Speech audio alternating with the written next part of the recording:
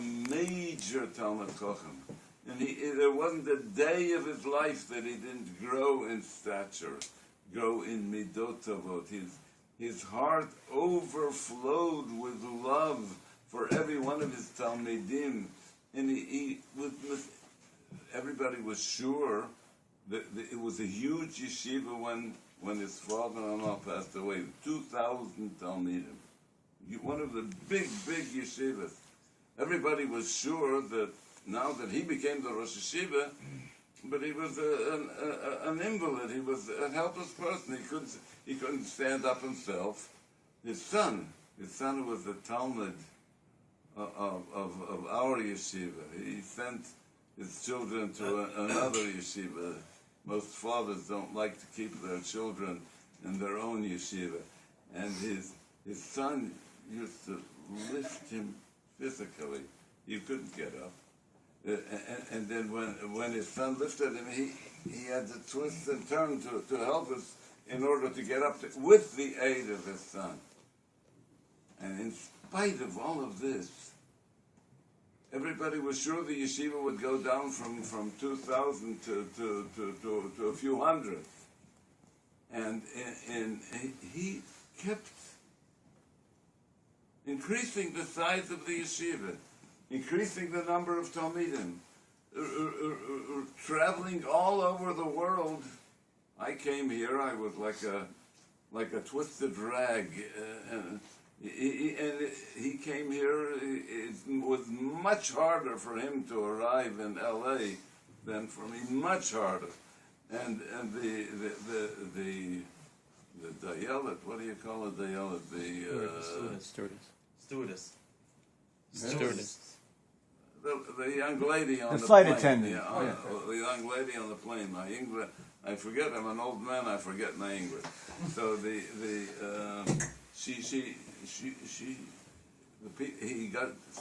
got special permission to take him off the plane with a wheelchair. So the dayalet said to the people, "What's wrong with you people? How do you permit such a holy man to go through such an ordeal of such a long trip?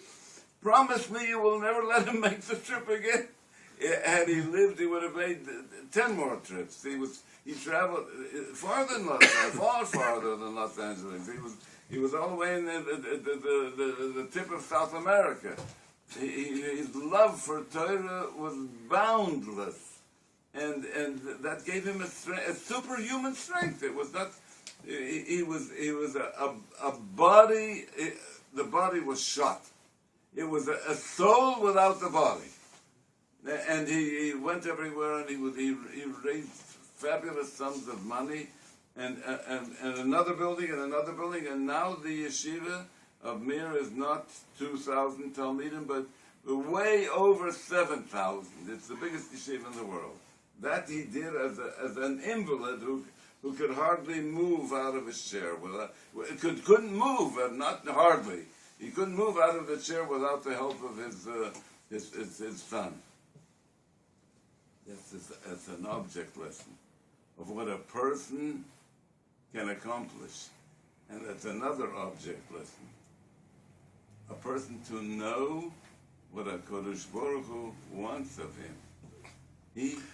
HaKadosh Baruch Hu wanted him to make Torah grow. And they came, Talmidim come to him from all over the world. You know, I feel an obligation. I imagine, now that he's not here, his son will be coming. He's a young boy. His name is Blazer Yudel.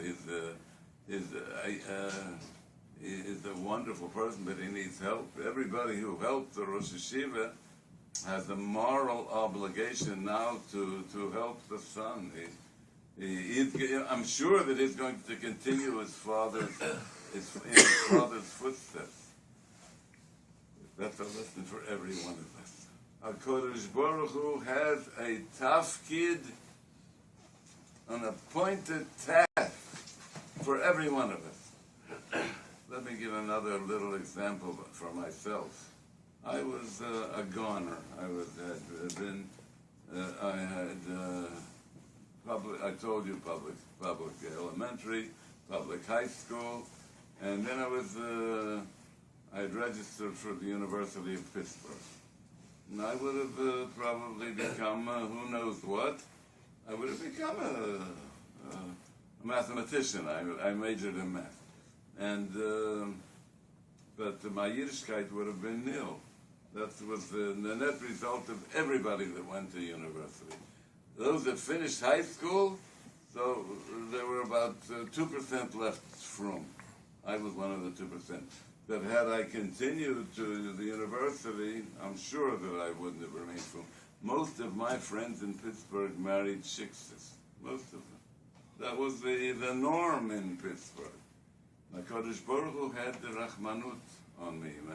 Apparently my mother at Lakat Nerot shed rivers of tears. I was an only boy. I have two sisters, so I should be well. But I was a Kaddish, and she was worried about her Kaddish all the time.